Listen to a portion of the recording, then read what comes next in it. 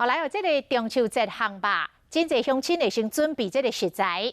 家己铺子的第二市场有一间徛30年的老肉店，引用特殊的酱料雷时的猪肉片，每一年的中秋前生意拢是强滚。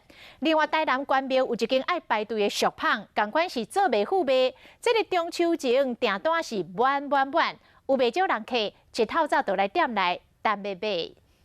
看到对方的脸，你看手指头都可以看到了，穿透力很强。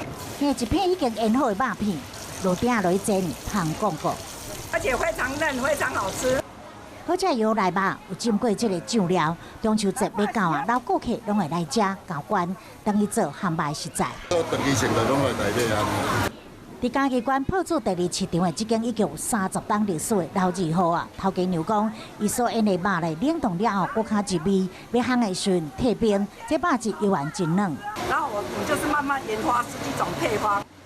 有烘肉当然嘛爱配这俗香，来到台南关庙这间名店，过去若到这中秋节，拢会排队的情况。今年同款订单满，供不应求。那就是放冷冻，搁摕出来退冰，都免烘，安尼就最好食哈。很好吃。